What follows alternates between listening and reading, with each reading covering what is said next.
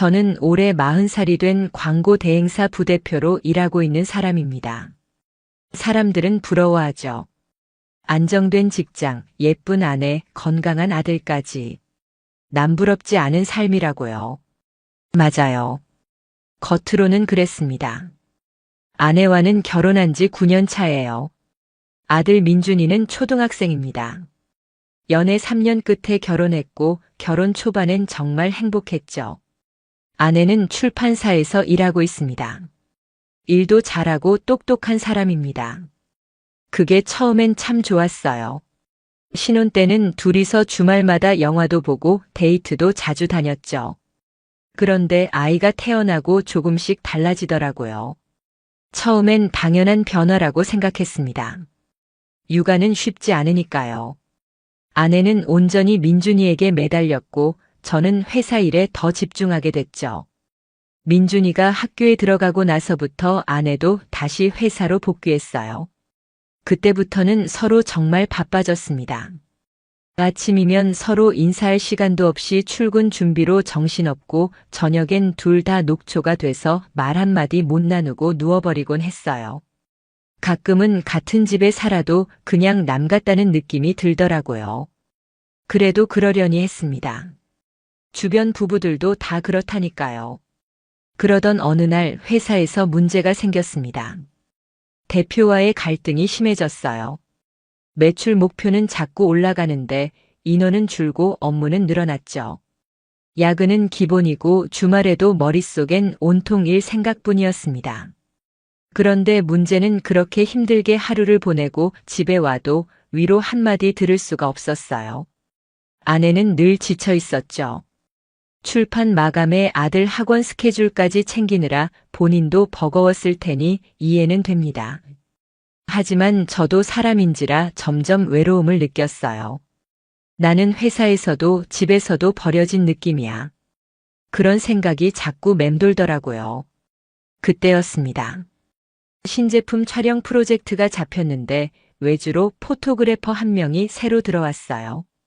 지아라는 사람이었습니다. 35 정도 되어 보였어요. 단발머리에 웃는 얼굴이 인상적이더군요. 처음엔 그냥 업무상 만난 사이였습니다. 그런데 그날따라 이상하게 기분이 가라앉았던 어느 날 촬영 현장에서 문제가 생겼어요. 조명이 고장나고 일정도 엉망이 됐습니다. 회의실에서 멍하니 앉아 있는데 그녀가 다가왔어요. 부장님, 요즘 많이 힘들어 보이세요. 순간 가슴이 철렁했습니다. 아무도 내 속을 들여다보지 않던 때였거든요. 그런데 처음 본 사람이 그런 말을 하다니. 네, 좀 그렇네요.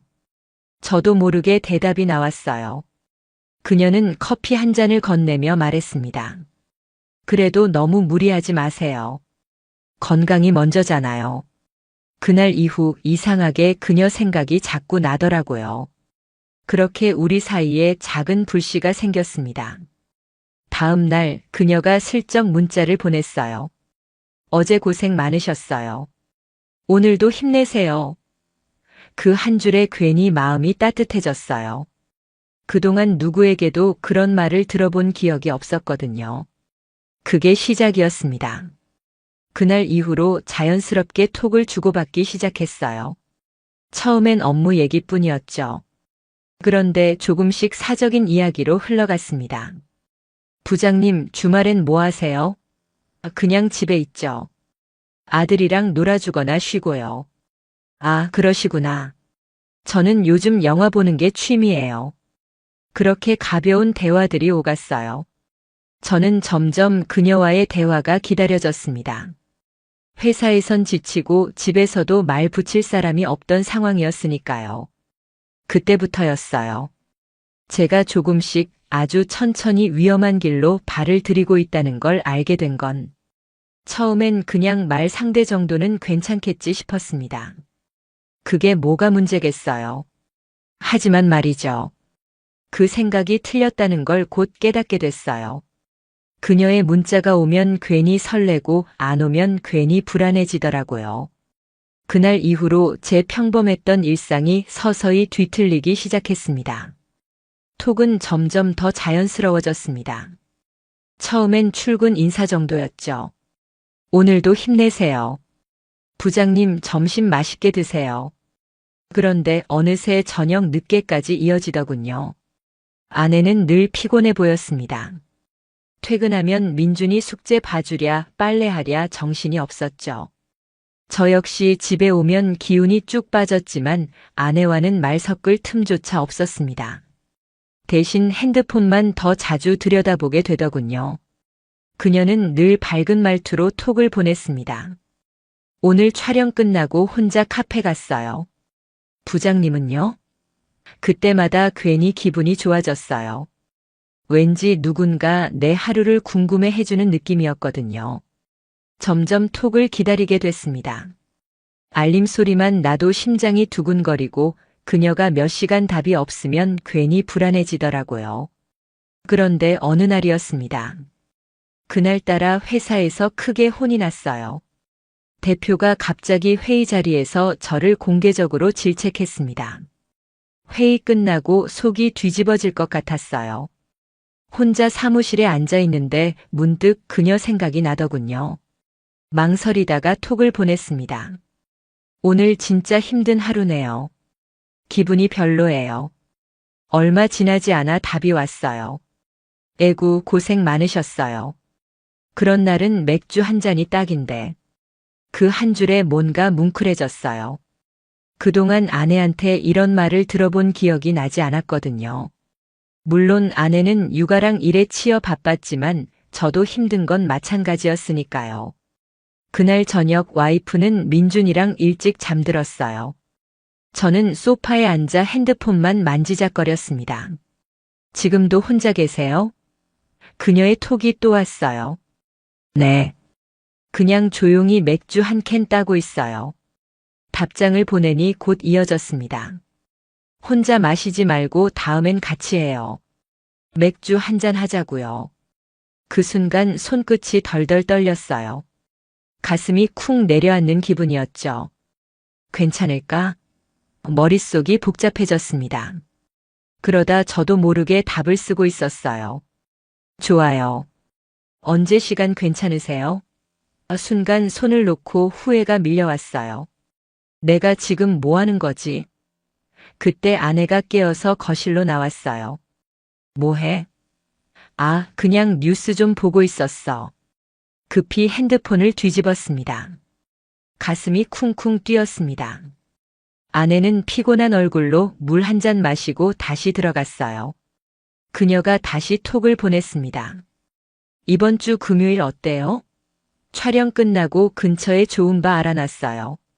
한참을 망설이다가 결국 괜찮아요라고 답하고 말았습니다. 그날 밤 잠이 오질 않았어요. 이렇게까지 가도 되는 걸까? 그냥 맥주 한 잔인데 뭐 어때? 우린 친구처럼 지내는 거잖아. 수없이 자기 합리화를 반복했습니다. 하지만 속으로는 알았습니다. 이미 마음이 움직이고 있다는 걸요. 아침이 밝았습니다. 출근 준비를 하는 아내의 모습이 눈에 들어왔어요. 그녀는 피곤한 얼굴로 민준이 도시락을 싸고 있었죠. 괜찮아?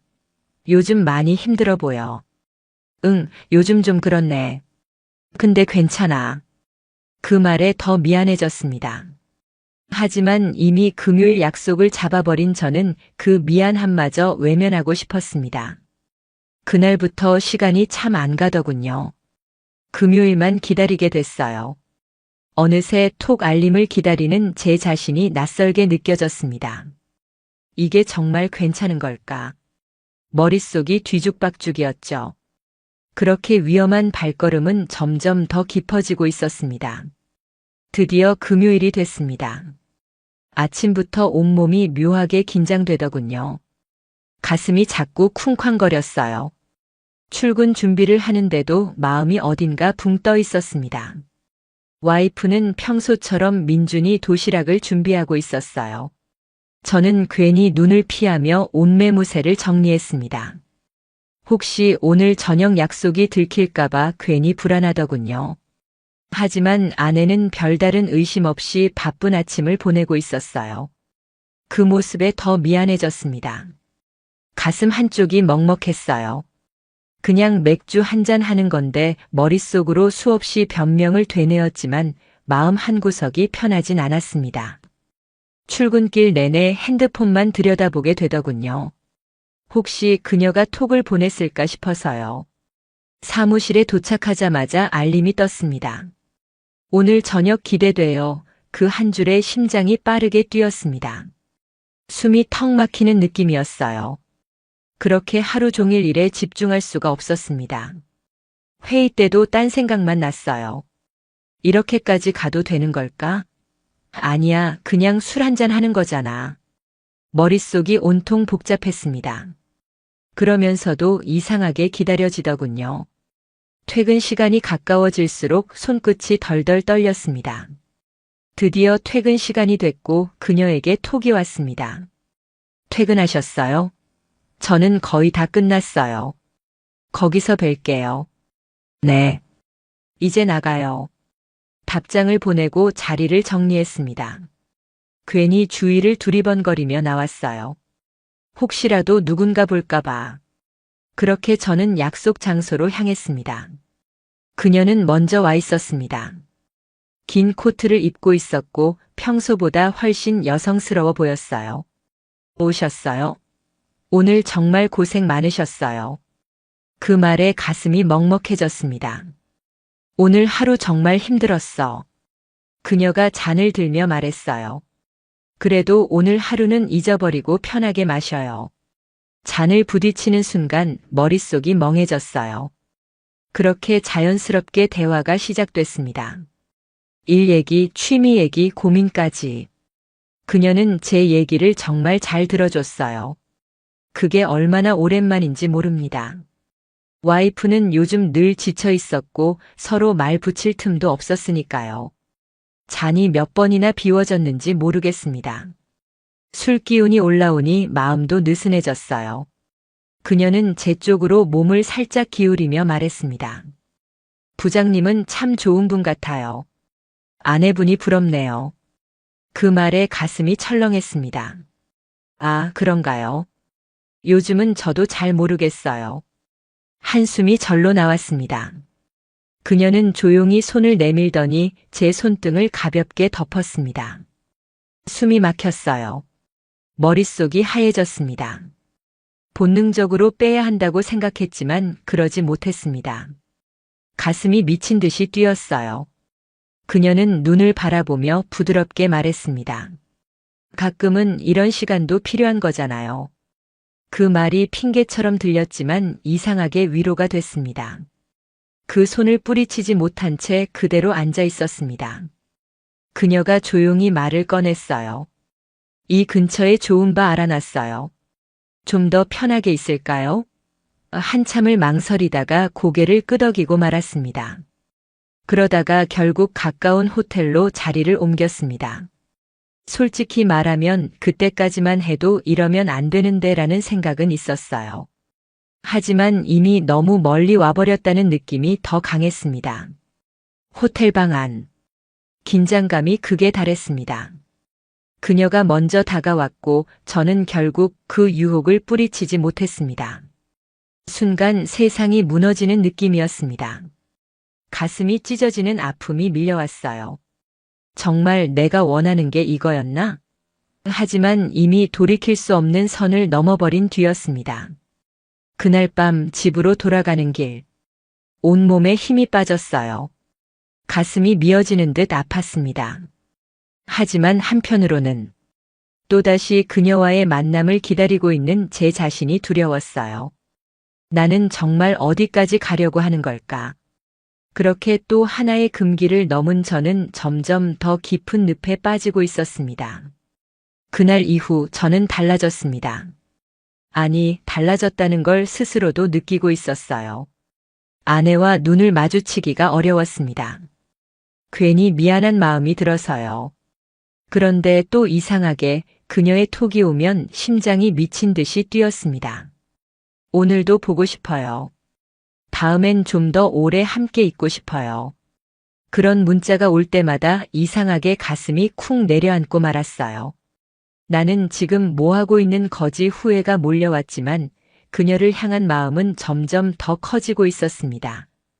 며칠 후 그녀가 톡을 보냈어요. 이번 주에도 시간 되면 또 보고 싶어요. 그 문장을 읽는 순간 머릿속이 하얘졌어요. 이번엔 안 가는 게 좋지 않을까? 그냥 잠깐 술 한 잔만 하고 오자. 자기 합리화가 끝도 없이 이어졌습니다. 그리고 결국 또 약속을 잡고 말았어요. 그렇게 두 번째 만남이 이루어졌습니다. 이번엔 훨씬 자연스러웠어요. 우리는 맥주 몇 잔을 마시고 모텔로 향했습니다. 그때부터는 이상하게 두려움보다 설렘이 더 컸던 것 같아요. 그녀는 저를 더 적극적으로 대했고 저도 스스로를 통제하지 못했습니다. 그렇게 몇 번이고 금기를 넘었습니다. 그러다 보니 아내에게 거짓말을 하기 시작했습니다. 오늘 야근 좀 길어질 것 같아. 팀장님이 갑자기 회식 잡아서 좀 늦겠어. 처음엔 죄책감이 너무 심해서 말할 때 목소리도 떨렸습니다. 그런데 반복되다 보니 점점 익숙해지더군요. 그게 더 무서웠습니다. 아내는 처음엔 별 의심이 없었어요. 그래? 요즘 회사 일 많나 보네. 응, 요즘 좀 바빠. 그렇게 대화를 끝냈습니다. 하지만 거짓말은 오래 숨길 수 없는 법이더군요. 어느 날이었습니다. 출장이라는 핑계를 대고 그녀와 모텔에서 하루를 보냈어요. 다음 날 아침 집에 돌아왔는데 아내가 묘한 눈빛으로 저를 보더군요. 출장 갔다 왔어? 응. 피곤해서 바로 들어왔어. 그런데 아내가 말없이 고개만 끄덕였습니다. 순간 가슴이 쿵 내려앉았어요. 혹시 눈치챈 건 아닐까? 불안감이 엄습해왔습니다. 그날 밤 저는 평소보다 더 살갑게 굴었습니다. 오늘 민준이는 잘 잤어? 응. 잘 놀다 왔어. 아내는 그저 짧게 대답만 하더군요. 눈빛은 여전히 묘했습니다. 그날 밤 잠이 오지 않았어요. 식은땀이 흘렀습니다. 들켰나 아직까진 아닐 거야. 티내지 말자. 평소처럼 행동하자. 스스로를 그렇게 다독였습니다. 하지만 아내는 분명 뭔가 이상함을 감지한 눈치였습니다. 그리고 저는 그 와중에도 또 그녀와의 만남을 기다리고 있었습니다. 이제 정말 그만둬야 하지 않을까? 수십 번 생각했지만 그녀의 톡 한 줄이면 다시 무너지고 말았어요. 그립다. 또 보고 싶어요. 그렇게 저는 점점 더 깊은 늪으로 빠져들고 있었습니다. 그리고 아내는 분명 조금씩 저의 변화를 알아차리고 있었습니다. 그때부터였습니다. 제 일상은 완전히 달라졌어요. 회사, 집, 그리고 그녀. 세 가지 삶을 따로따로 사는 느낌이었습니다. 아침엔 평소처럼 출근하고 회사에선 멍하니 핸드폰만 바라보게 되더군요. 그녀의 톡이 언제 올까 회의 중에도 괜히 핸드폰을 쳐다보게 됐어요. 보고 싶어요. 오늘도 만날 수 있을까요? 그 한 줄이면 가슴이 쿵 내려앉았습니다. 숨이 막혔어요. 머릿속은 온통 그녀 생각뿐이었고 업무는 뒷전으로 밀려났습니다. 회의 자료를 놓치기도 하고 보고서 제출도 자꾸 늦어졌어요. 대표에게 몇 번이나 눈치를 받았습니다. 요즘 왜 그래? 예전 같지 않잖아. 죄송합니다. 정신이 좀 없어서요. 입술이 바짝 말라왔습니다. 그러면서도 그녀와의 만남은 계속 이어졌어요. 이번 주는 며칠이나 만날 수 있어요? 글쎄, 최대한 시간 만들어 볼게요. 이런 톡을 주고받으며 하루하루가 흘러갔습니다. 자연스럽게 거짓말도 늘어났죠.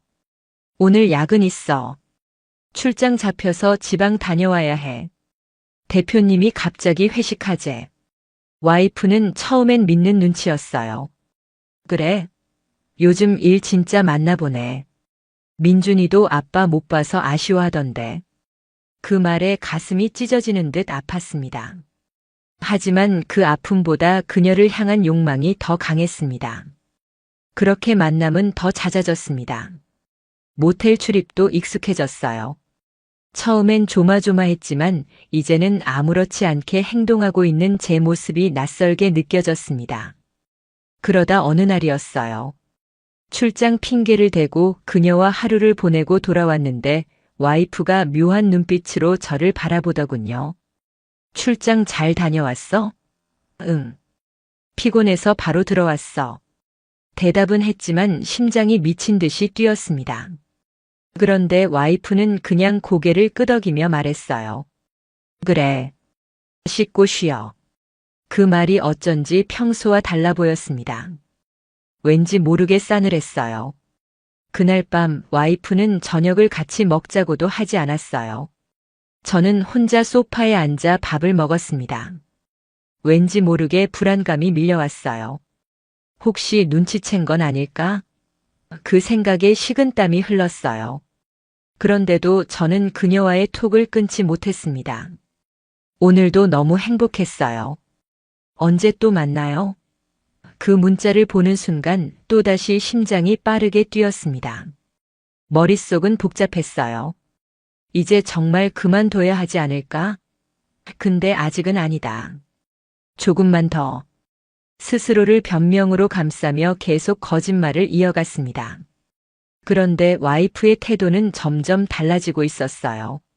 저녁마다 예전처럼 반갑게 맞이하지 않고 대화도 짧아졌습니다. 어느 날은 제가 먼저 말을 걸었어요. 요즘 왜 그래? 무슨 일 있어? 와이프는 고개를 숙이며 말했습니다. 그냥 요즘 좀 피곤해서. 그 말투가 묘하게 싸늘했습니다. 그때부터 저는 더 초조해졌어요. 혹시 와이프가 뭔가 알아버린 건 아닐까? 그 생각이 머릿속을 떠나지 않았습니다. 그런데도 저는 또다시 그녀와의 만남을 약속하고 말았습니다.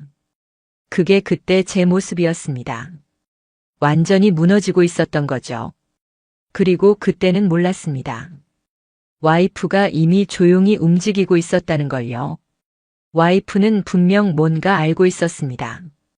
그게 느껴졌어요. 그 눈빛. 그동안은 단순한 피곤함이나 무관심이 아니었어요. 이젠 저를 유심히 지켜보는 듯한 눈빛이었죠. 그냥 의심이 아니라 확신을 가지려는 듯한 느낌이었습니다. 가슴이 철렁했습니다. 들켰나? 아직은 아닐 거야. 하지만 불안은 점점 커져만 갔어요. 그러면서도 그녀와의 만남은 끊을 수 없었습니다. 이번이 마지막일 거야. 스스로를 수없이 속이며 또 약속을 잡았어요. 그날 밤도 마찬가지였습니다. 모텔에서 나오며 그녀는 제 손을 꼭 잡았습니다. 요즘은 더 자주 보고 싶어요. 그 말에 숨이 막혔어요. 그렇게 집에 돌아오니 와이프가 거실에서 책을 읽고 있더군요. 왔어? 응. 약은 좀 길어졌어. 거짓말을 내뱉는 순간 손끝이 떨렸습니다. 와이프는 말없이 고개만 끄덕였습니다. 그 표정이 묘하게 차가웠어요. 그날 밤 잠을 이루지 못했습니다. 가슴이 쿵쿵 뛰었어요. 이제 정말 끝인가? 아니야. 아직 모를 거야. 다음 날 아침. 평소와 다름없이 출근 준비를 하는데 와이프가 갑자기 말했어요. 오늘 저녁엔 뭐 해? 심장이 쿵 내려앉았습니다. 오늘은 회식 있을 것 같아. 아마 늦을 거야. 억지로 자연스러운 척했지만 제 목소리는 떨리고 있었어요. 와이프는 묘한 미소를 지으며 말했습니다. 그래. 잘 다녀와. 그 말이 왜 그렇게 무섭게 들리던지요. 그날도 또 그녀와 만났습니다. 하지만 마음 한구석은 계속 불안했어요. 그리고 주말. 와이프가 갑자기 말을 꺼냈습니다. 나 오늘 민준이 데리고 친정 좀 다녀올게. 집에서 좀 쉴 시간 필요해서. 그래? 알겠어. 겉으론 태연하게 대답했지만 속으론 식은땀이 흐르더군요. 혹시 뭘 알아보려는 건 아닐까? 그렇게 와이프가 나간 사이 저는 괜히 거실을 서성이며 불안에 떨었습니다. 그리고 그날 밤 와이프는 돌아와서 말없이 저녁을 준비했습니다. 그 눈빛이 여전히 차가웠어요. 그때는 몰랐습니다. 그녀가 그날 제 핸드폰 패턴을 유심히 살펴보고 있었다는 걸요. 며칠 후, 저는 퇴근 후 샤워를 하고 있었어요. 평소처럼 핸드폰을 침대 위에 두고 들어갔죠. 그런데 이상했습니다. 샤워를 마치고 나오니 핸드폰 위치가 미묘하게 달라져 있었어요. 가슴이 철렁했습니다. 설마. 그때 와이프가 다가와 핸드폰을 들고 말했습니다. 이거 왜 이렇게 잠궈놔? 그냥 사생활 좀 지키고 싶어서. 억지로 웃으며 말했지만 심장이 미친 듯이 뛰었습니다. 그날 밤, 와이프는 제가 잠든 척할 때 조용히 움직였습니다. 제가 눈을 감고 있을 때였어요. 살짝 눈을 떠보니 와이프가 핸드폰을 들여다보고 있었어요. 순간 식은땀이 흘렀어요. 이미 패턴을 알아낸 듯 했습니다. 그리고 몇 초 후, 와이프의 숨소리가 달라졌습니다. 그녀는 핸드폰을 내려놓고 말없이 거실로 나갔어요. 저는 눈을 감은 채 온몸이 굳어버렸습니다. 이제 끝났어. 들켰어. 머릿속이 하얘졌어요. 아내는 조용히 증거를 확보하고 있었던 겁니다. 그리고 저는 그 사실을 너무 늦게 깨닫고 말았습니다. 그날 이후 저는 완전히 무너졌습니다. 와이프가 제 핸드폰을 확인했다는 사실이 머릿속을 떠나지 않았어요. 그날 밤 와이프는 아무 말 없이 잠들었습니다. 하지만 저는 도저히 눈을 감을 수 없었어요. 심장이 미친 듯이 뛰었어요. 끝났어. 다 들켰어. 이제 어떻게 해야 하지? 머릿속이 하얘졌습니다. 그 다음 날 아침, 와이프는 평소처럼 아침상을 차렸습니다. 겉으론 아무렇지 않은 척하고 있었지만 그 눈빛은 달라져 있었습니다. 차갑고 단단했어요. 오늘도 회사 가야지? 응. 그래야지. 말을 더듬으며 대답했지만 손끝이 떨렸습니다. 그렇게 집을 나섰지만 온종일 일에 집중할 수 없었어요. 회의 때도 다른 직원들이 무슨 말을 하는지 귀에 들어오지 않았습니다. 대표가 저를 불렀습니다. 요즘 왜 그래? 정신 어디에 두고 있어? 그 말에 얼굴이 화끈거렸어요. 죄송합니다. 요즘 좀 피곤해서요. 억지로 웃으며 대답했지만 대표는 못마땅한 눈빛으로 저를 바라봤어요. 그렇게 하루가 지나갔습니다. 그날 저녁 집에 돌아왔는데 와이프가 말없이 저를 바라보았습니다. 가슴이 철렁했습니다. 왜 그래? 아무것도 아니야. 그냥 좀 피곤해서. 그렇게 대화는 끝났습니다. 그날 밤, 저는 와이프가 잠든 줄 알고 핸드폰을 확인했습니다. 그런데 톡창에는 그녀의 메시지가 그대로 남아 있었습니다. 보고 싶어요. 언제 또 만나요?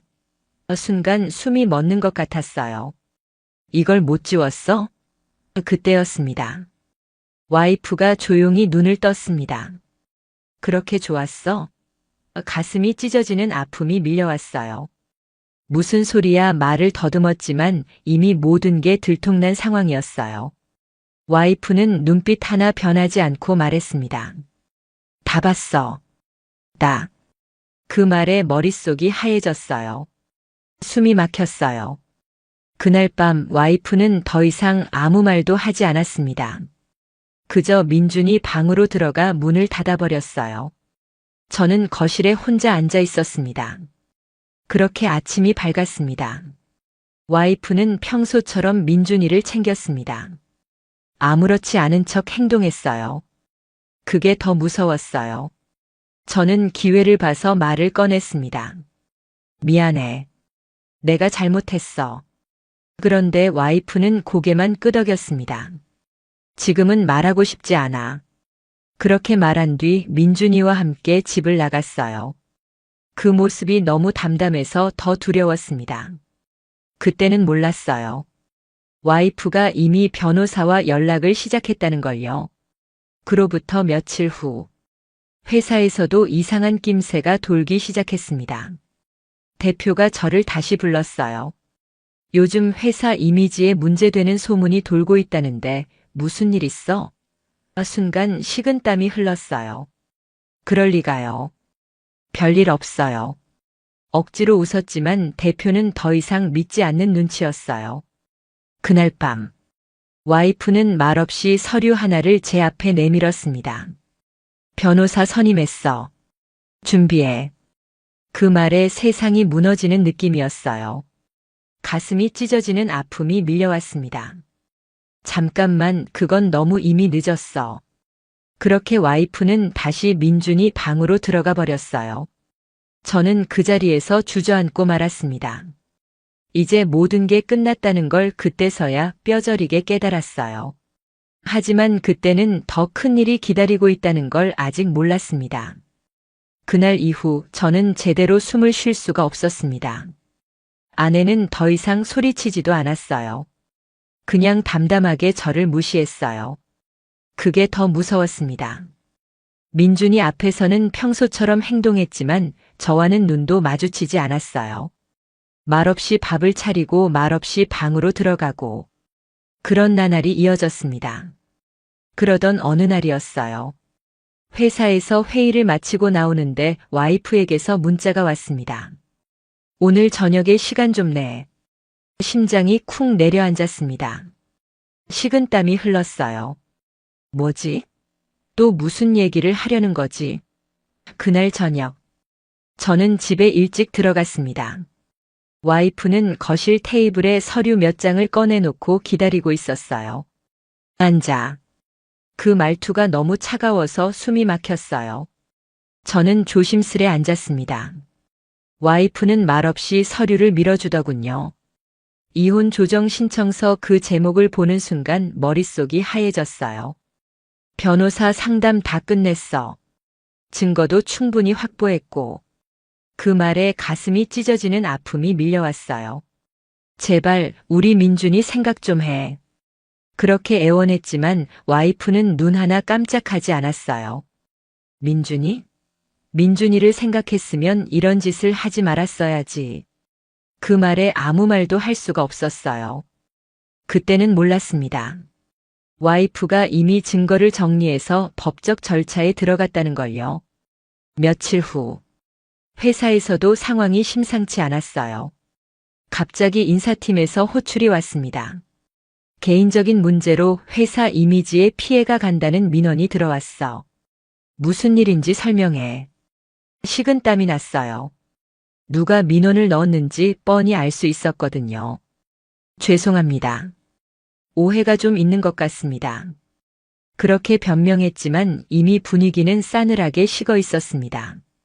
그날 밤 집에 돌아왔는데 와이프는 민준이를 데리고 친정으로 간 상태였어요. 거실 테이블 위에는 쪽지 하나가 놓여 있었습니다. 변호사 통해 연락할게. 그 한 줄에 심장이 철렁했습니다. 아, 끝났구나. 그제야 실감이 났어요. 그날 밤, 혼자 텅 빈 집에 앉아 핸드폰만 들여다봤습니다. 그녀에게 전화를 걸까 말까 수십 번 망설이다가 결국 통화 버튼을 눌렀어요. 여보세요? 나야. 나 좀 힘들어. 그녀는 한참을 침묵하더니 말했습니다. 나도 이 상황 부담스러워. 잠시 연락 좀 쉬자. 그 한마디에 가슴이 철렁했어요. 모든 게 무너지고 있었습니다. 집도 가족도 직장도 그녀마저도. 그렇게 저는 혼자 남겨진 기분으로 텅 빈 집 안에 앉아 있었습니다. 하지만 그게 끝이 아니었습니다. 그로부터 며칠 후, 법원에서 도착한 등기 우편을 받았습니다. 이혼 조정 신청서 및 상간자 소송 안내문 손끝이 떨렸어요. 봉투를 뜯는 순간 손에서 종이가 미끄러질 뻔했습니다. 그 안엔 제가 상상도 못한 내용들이 들어 있었습니다.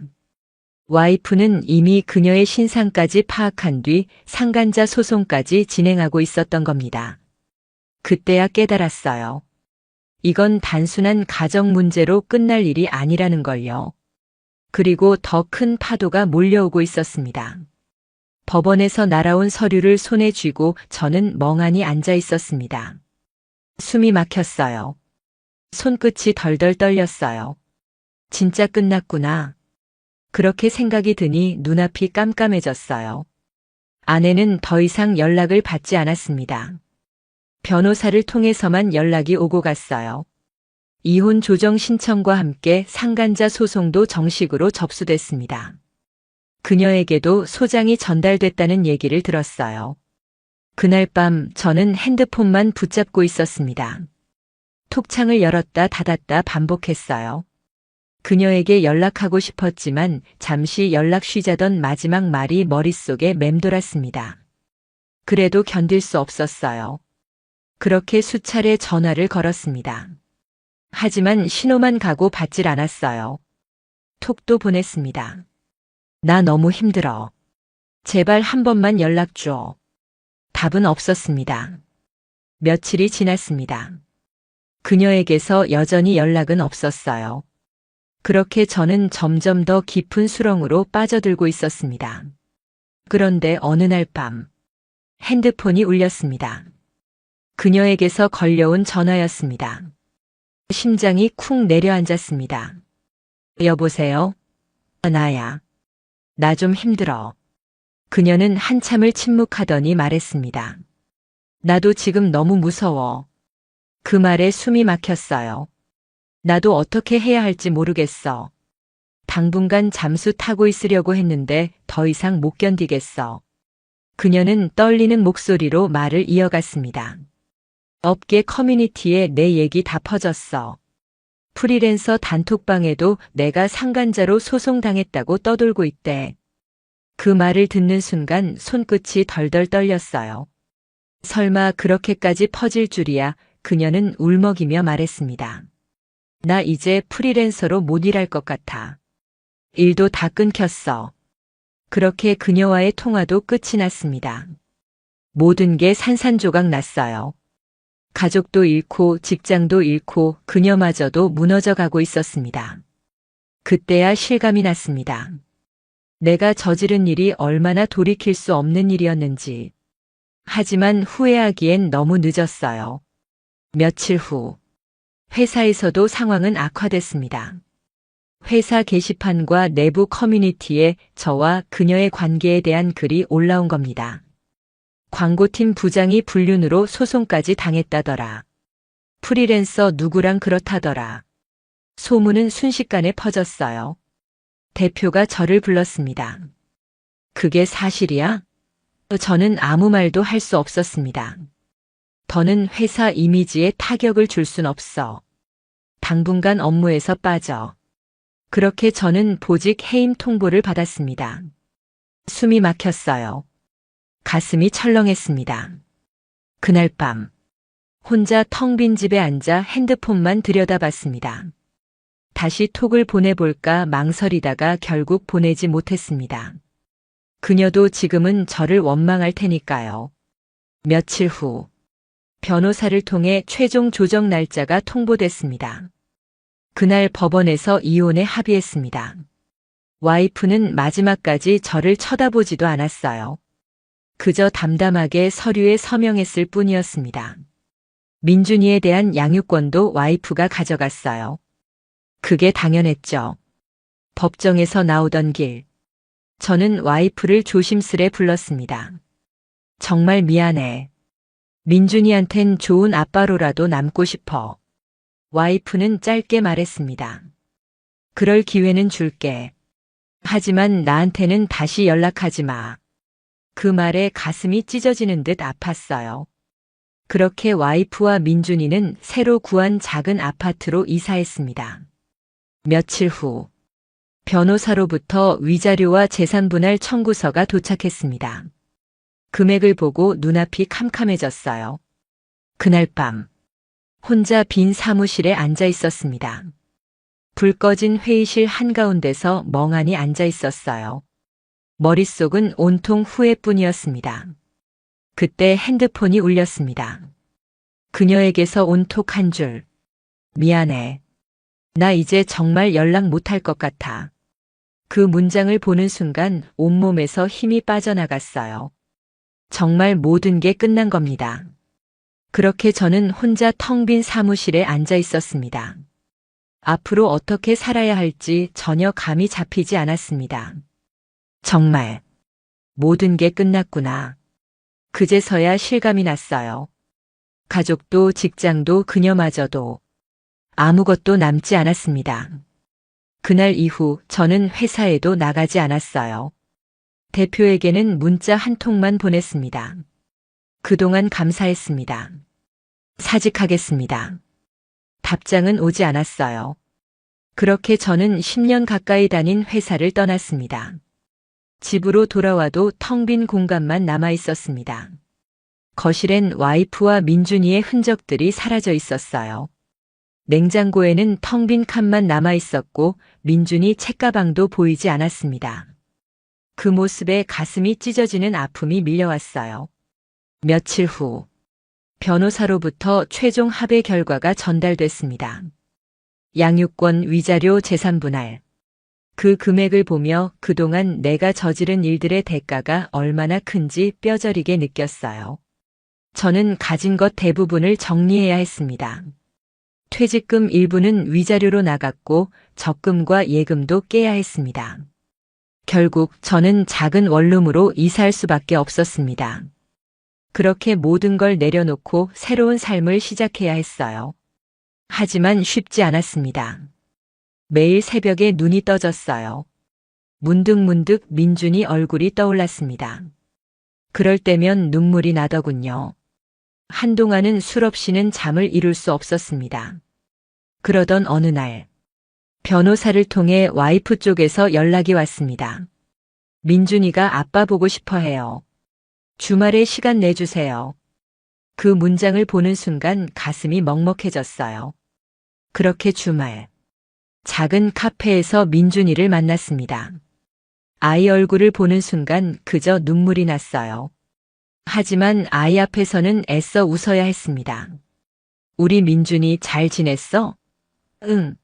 아빠는? 그 말에 목이 메었어요. 아빠도 잘 지내고 있어. 그렇게 짧은 만남이 끝났습니다. 와이프는 멀리서 저를 지켜보고 있었어요. 그녀의 눈빛은 여전히 차가웠지만 그 속에 민준이를 위한 강한 의지가 느껴졌어요. 그 모습에 저는 더 미안하고 고개를 들 수 없었습니다. 지금은 혼자 작은 방에서 살아가고 있습니다. 아직 직장은 구하지 못했어요. 이력서를 쓰다 말기를 반복하고 있습니다. 가끔 민준이를 만나지만 그 시간마저 너무 짧게 느껴집니다. 지금 생각해보면 처음부터 그러지 말았어야 했어요. 그때 톡 한 줄에 설레던 그 순간. 그때 단 한 번만이라도 멈췄어야 했어요. 그 손을 잡지 말았어야 했고 거짓말도 시작하지 말았어야 했습니다. 욕망에 눈이 멀어 가장 소중한 걸 잃었습니다. 가족도 직장도 스스로에 대한 자존감까지. 지금은 매일 후회의 시간을 보내고 있습니다. 혹시 이 이야기를 듣고 계신 분들 중에 저와 같은 길을 걷고 있는 분이 있다면 부디 멈춰주세요. 그 순간의 감정 때문에 평생 후회하는 삶을 살게 될 수 있습니다. 저처럼 모든 걸 잃고 나서야 깨닫는 일이 없으시길 바랍니다.